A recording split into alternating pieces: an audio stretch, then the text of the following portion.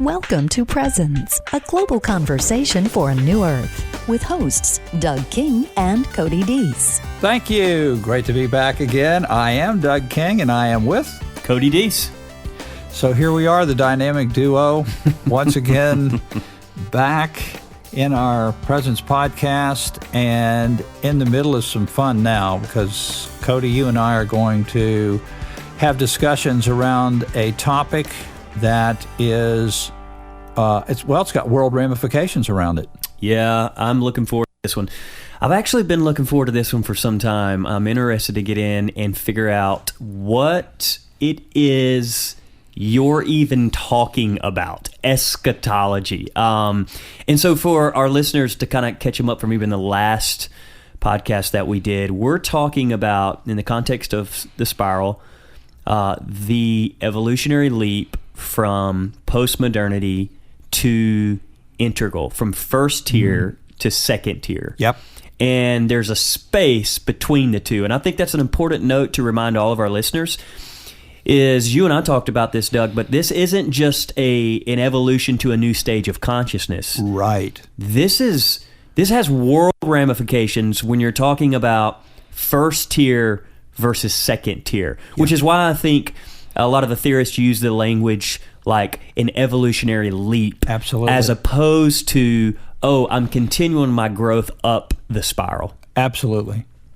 Yeah, and so when we get done with this, we'll see that understanding the role and function of eschatology absolutely reframes the entirety of the narrative and puts a perspective in what then in the narrative would equate to first tier, what then in the narrative would equate to second tier, and most importantly, where do I put eschatology? Because if I've got my eschatology out into the future, the implication would be, well, we're sure not going to move into any kind of second tier understanding, consciousness, or awareness until some kind of an end comes in the future. And that's the discussion we're going to be having for several weeks here. Absolutely. So again, and this is where, Doug, presence, yourself, myself, this is the shift for me, because it's one thing to do spiral dynamics. Mm-hmm. It's another thing to do it and show that map in the context of the biblical narrative. Yeah. And so obviously, the traditional stage of consciousness, modernity, post-modernity, archaic on up, you have spelled that out in these last few episodes of where that's at, from archaic Adam to Jesus sitting down with the outcast, the marginalized, the lone. And now we're at a place where we have questions, okay, from first tier to second tier, where is that in the biblical narrative? Right. And you're saying eschatology. Yeah. So we need to talk about that. What do you mean when you talk about eschatology?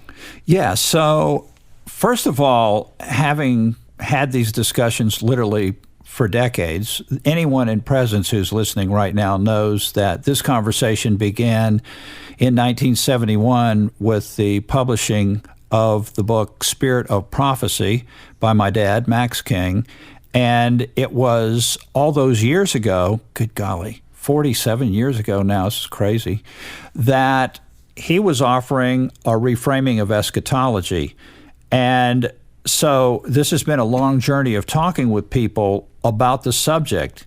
And I would say, first of all, regarding just the subject in general, which I want to get your thoughts on in just a second, with regard to your particular experiences, because in the discussions I've had for these last 45 plus years, usually you folks that are listening right now either went to a church or are in a church that talks about eschatology all the time, and that this coming of Jesus or world events that are happening that signal the end is surely here, that either you're in those conversations and it's spoken of from the pastor point of view all the time, or you grew up in a denomination, or you're in a denomination that hardly ever even talks about it. Mm-hmm. It's like it's some weird subject. Yeah. But the reason that eschatology, and I want to get your take on this, Cody, because your background was different than mine in terms of eschatological viewpoint, which is the whole reason why we're talking about this. But, eschatology basically is the movement from, let's say in spiral dynamics, one tier to the next tier or one level to the next level, so that you are in essence both dying and rising. That is eschatology. Eschatology is not just an end, it's also a beginning. Okay. And for our listeners that aren't aware of even the word eschatology, yes, the premise behind that is the study of end times. Yes. Eschatos is end times, a study of, logos, a study of end times, the end. And that's a major topic all through the prophets, Jesus, and the apostles. Yeah. So I grew up. Can I? Just tell my story. Yeah. Got to hear it. I'm grinning from ear to ear right now because, man, oh man, Doug, I had some interesting experiences growing up with the subject of eschatology. Honestly, so I was born in 1981, and so my teenage years fell right in the heart of Left Behind. Oh, yeah. So there's I don't know if you remember the Left Behind series. Oh, heaven, sure. And these guys, by the way, sold millions and millions and millions of books and dollars worth of material. And the whole premise behind it was, I remember my dad telling me, this is what we believe about the end times, because I grew up Southern Baptist. So they believe in a rapture. So let me give you some words to just talk about this. First of all, 2 words. Drum roll, please. Kirk Cameron. All right. And for those that don't know, he was the actor that played in these Left Behind series. Yes. Mark of the Beast, which, by the way, translation was a barcode. Mark on your hand. Yeah. And then they were like, oh, well, that's 666, which is a number of the beast, and that's going to be a chip in your skin, which is going to be done by the United Nations because there's going to be a one world government. Makes sense to me. And and there's going to be, in order for you to buy and sell in the market, there's going to be this. There's an Armageddon coming. And so this was really interesting, which we'll probably get into this in the next podcast, talking about cosmology. Yeah. But what was really fascinating to me was, in some ways, this view of eschatology, and this is why I think this conversation is so important, because what you believe about the, quote, end of all things has a dramatic effect on how you behave in the world right now. Absolutely. Because if you believe the whole thing's going up in flames, well, then why would you care about environmental issues? Exactly. And it kind of set up this whole thing of fulfilled prophecy. It set up the group of people I grew up with where they kind of needed a war. They kind of needed instability and no peace, because the end to them was a massive bloody battle called Armageddon.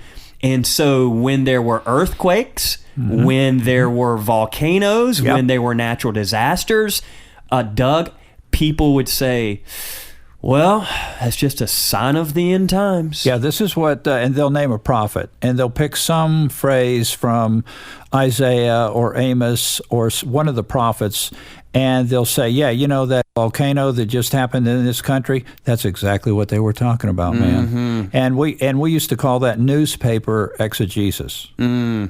Yeah. Whatever was in the paper that day was surely what that prophet meant all those years ago. Absolutely. And I'm careful with this, but my people, they were devastated that lives were lost, but they were like, well, it's kind of exciting. Right.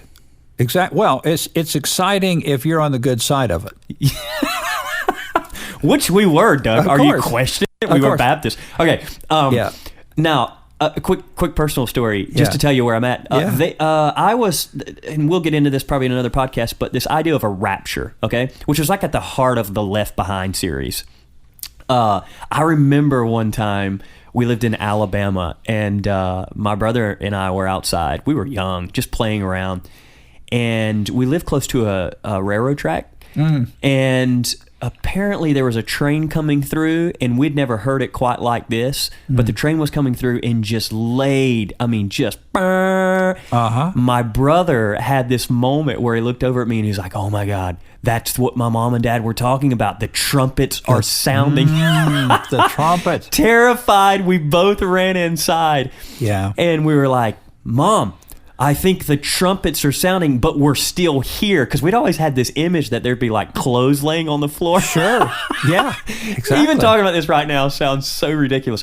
And that we were, like, our literal bodies would be sucked up into the heavens. Yes. Which I always had questions about, like, well, what about like pilots on an airplane, but the people that were here that stayed, but the pilots left, then the whole plane would go down. Anyways, I remember being so anxious. Right. But this is what they taught us, that at any moment there's going to be a literal sound of some trumpet, and then like you're going to be sucked out. Yes. Yes. And that wasn't the second coming. This was like apparently Jesus is going to come halfway and be like, psych, and just pull all of his people out of here. Right. And then we're going to go back. I'm just saying, you obviously see this thing is all over the place. And it matters greatly because it affects the trajectory of your life. Yes, it does. How you see whatever the end is. Yep. And then even how you interpret that in the narrative matters so much. And I intuitively, Doug, along the way, began to realize, okay, I'm reading some things in the biblical narrative, and it's not really adding up with the things that I was told. Right. And then obviously getting into Max's work, and then what we do here at Presence. It's actually so refreshing. And not only is it refreshing, and I'm careful with this statement, it's actually like closer to the Bible than I've seen any other interpretations be. Sure. Yeah. Sure. And you know, it's interesting, your contrast of words there. For a lot of people, this subject actually raises the word terrified. You and your brother were terrified. Then when you start talking about the message as we're understanding it today and what we're going to talk about from the presence point of view, you use a word like refreshing. And so the question is, why is one view to some people terrifying, and to other people, you know, we from the present side, we find the subject very refreshing. So it does have a lot to do with your outlook on life, and even your personal journey. As crazy as this is going to sound to some people listening, eschatology is right at the center of your own personal transformation. And as we get further down the line with the principles, the universal principles of eschatology, after we make the specific application of it in the setting and time of its original purpose, we'll get into the fact that even when I'm doing my shadow work, even when I'm talking about how I as an individual fit in the collective society I'm in and with the world in general, that my view of biblical eschatology is going to have a real impact on that. This is not just a hobby, as I've heard some people who are ignoring it. They don't want to deal with it. They say, well, eschatology is an interesting hobby horse.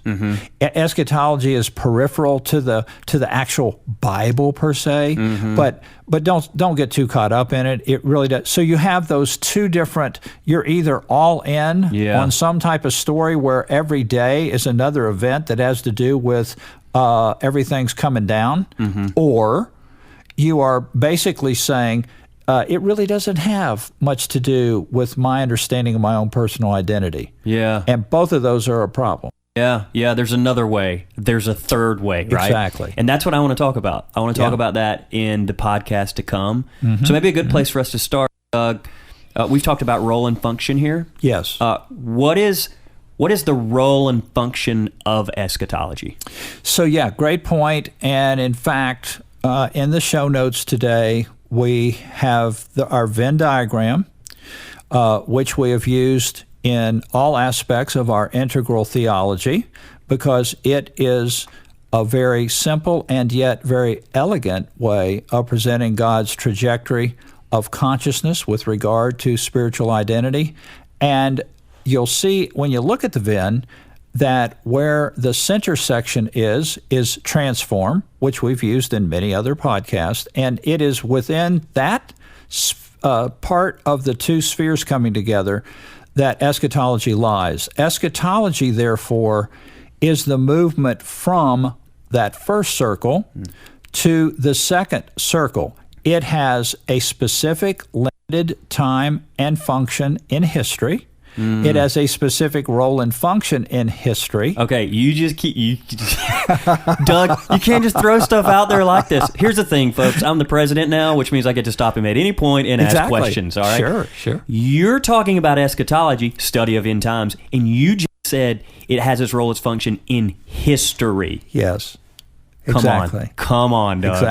Exactly. Well, and again, this is no secret that the viewpoints of Jesus and the apostolic writers have been very problematic to theologians through history. And what I mean from that is you and I will talk at great length about history and historical context. It's obvious that we know there is a historical context for the cross. Duh, everybody knows that. But there is also a historical context for eschatology, and unless we see that historical context, we're going to have some real problems. So just real quickly, for example, Albert Schweitzer, Rudolf Bultmann, H.J. Sheps, many others. If you read the work by Dad on the cross and parousia, he has about 111 pages where he talks about this to begin that particular book.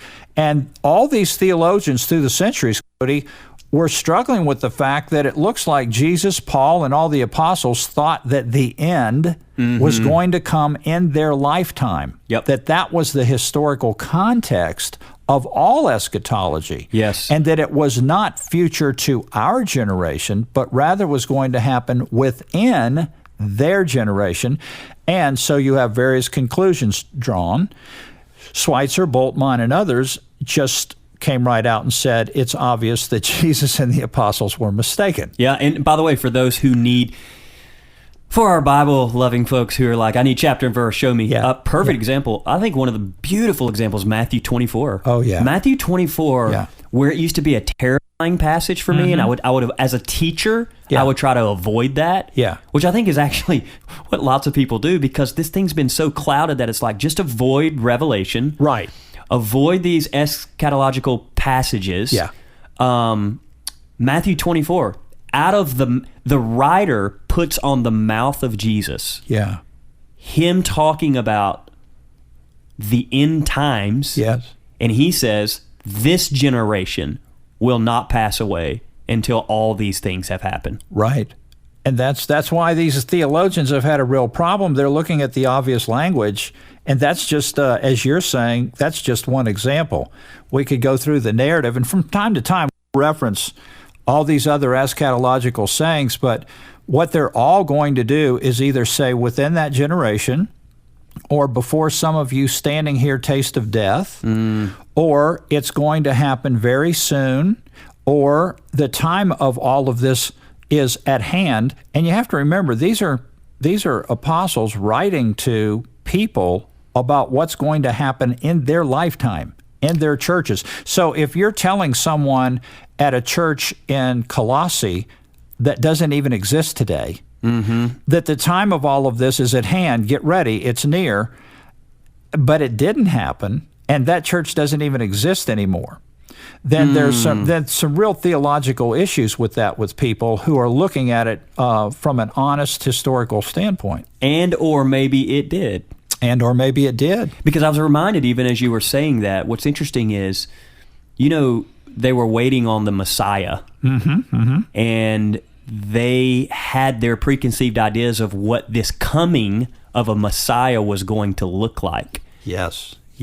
And then you have Jesus. We're getting all like, I'm preaching. All right. Then you have Jesus, who shows up at Jerusalem, right? And he's weeping, and he says, if they only knew the things that made for peace. They already had in their heads this is how it's going to be. Yep. This is what it's going to look like. Absolutely. And this is why they missed the coming of this Messiah, because they assumed it was going to look a certain way. Maybe that's happened again. Absolutely. Yes. And so that is the question that we're asking. I know a lot of church people, for example, that will be in Sunday school, and they will ask the question or talk about Israel and her misunderstanding of the kingdom of God. And I heard growing up constantly people say, yeah, poor old Israel. They just didn't understand the nature of the kingdom of God. They thought the kingdom was a literal kingdom where people were going to restore the throne of David, and it was going to be a literal on earth physical kingdom. And those poor people didn't understand that that was symbolic language talking about that the kingdom of God is actually a spiritual thing. And so we'd say, yeah, that's something. Then we read a passage about Jesus coming in the clouds, and everyone goes, yeah, that's actually literal. He is literally going to come down out of the air. Bro, I think our listeners just need to pause, breathe that one in for a minute. By the way, if you talk like that in the world I grew up in, right, you would know something about a literal crucifixion. Yeah, exactly. Hey, I do know something about that because actually when these books came out, my dad is the one we should have on here. He literally experienced that literal crucifixion. Good Lord. Because, our denomination had a different take. Baptists were saying, here's the way it's all going to come to an end in the future. Mm-hmm. And me, being from the Church of Christ, Disciples of Christ, Christian church type background, we were saying, well, no, it's going to happen this way when everything comes to an end in the future. But both you and I had some specific way of seeing that the end was coming in our future. Yeah, and I would just add, too, to our listeners, again, we're reframing eschatology because fundamentalism can be on any side. And what could potentially happen is, just as the upbringing that I had with Baptists, they had the entire thing kind of figured out. There were no questions. Right. And so we're not stepping into this conversation going, okay, they've got it all completely wrong, and we're going to set the record straight, and this is exactly what... Actually, as you see as we get into this, you'll start to see we're not even talking about ahead of us. Right. We're talking about factual information of what's taking place towards the past. And yet again, it's an interpretation, it's a reframing, which is what we do as we evolve and as we grow. That's it. And so the reason we use the spiral is we're trying to show that there's an actual trajectory to all this and a historical context to it all as well. So maybe it would be good here, now that we've talked a little bit about the background you've had, I've had, and eschatology in general, to think about the role and function of eschatology from two standpoints. One is, let's look at eschatology one more time from the spiral standpoint. Mm-hmm.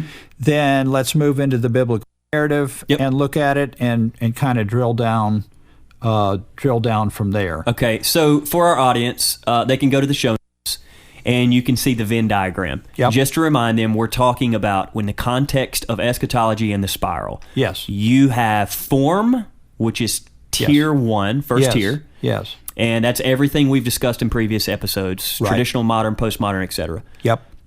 Then you have second tier, which is what you call formlessness, formless. Yes. In between those two, which is the evolutionary leap from first tier to second tier, is transform. Yes. Now, in the context of the spiral, how does that transformation stage, where is that in there? And then where does eschatology fit in the context of the spiral? Right. So if you look at all of the first tier levels, they are color-coded. For those that have been studying this all along with us, the spiral is color-coded.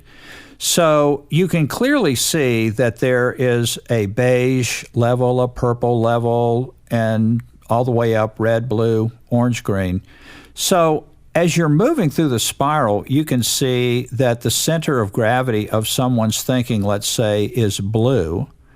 And by looking at the color codes, you can see that if a person's center of gravity is blue, then what they've come from is a red background, and what they're going to is an orange way of seeing. And that means that each of these colors is a form. That has boundaries. And the reason people get so upset on Facebook, and the reason people get so upset in conversation with each other, is if they have a first-tier way of understanding existence. If you have a first-tier way of understanding existence, you have no capacity to enter into conversation with someone where all levels of the spiral come into play. You will attach, in essence, to one of those forms. If you attach to a blue form, which I used to be attached to a blue form, then I had specific boundaries, and if you were outside of those, you were part of what I knew to be the lost. And as you move into orange, right? You move into orange. I'm sorry. You're having I'm flashbacks. grinning again. I am. It's like post-traumatic stress. I'm just like, whoa! I just had a shiver because, yeah, that was it. I mean, it was like this duality. It was pretty clear. They were lost and they were saved. Right. And or sheep and goats. Sheep and goats. And, which and we will everyone talk about. but us Yes. was pretty much lost. I mean, there was a handful, but Yes. yeah, that's the boundaries. That's the form that you speak of. Absolutely. And so in that particular context, I want to say, as we kind of wrap this up here in the next few minutes, I want to say that we're not going to ignore the parables of Jesus on the sheep and goats. We're going to talk about that parable, but we're going to reframe it. Absolutely. We're not going to ignore all of the verses that people have used to talk about a future rapture of certain people on the planet. Yes. We're going to look at those verses. So again, we want to emphasize from the present standpoint, we're not saying that we disagree with a particular viewpoint and that's the end of that. We're just going to leave it at that. We're going to actually look at the scriptures that they use. So, yes. So we are going to do that. Beautiful. Yeah, and that's the thing I love about what we do here is we're not jettisoning the text. We're actually all about reframing, reinterpreting, and looking at how even some of these interpretations came to be, and then a new take. And that's a part of the spiral is as you evolve, as you grow into later stages of consciousness, you obviously have different perspectives and worldviews, and you go back to the text and you begin to read it from that perspective. That's it.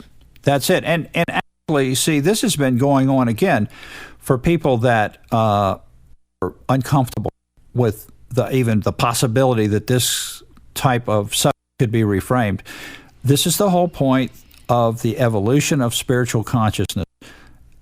No one today who's in a Protestant denomination thinks what they thought for 1,500 years in Catholicism. Yes. So the ability for us to question is exactly what Presence of Course has been pushing for, if you will, in this conversation for a new earth.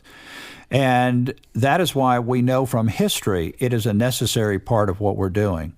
Another necessary part of what we're doing is to try to limit these podcasts to 30 minutes, Cody, and we've already used our time up. It's so good, though. Yeah. I just think there's a lot of ground to cover here. Yeah.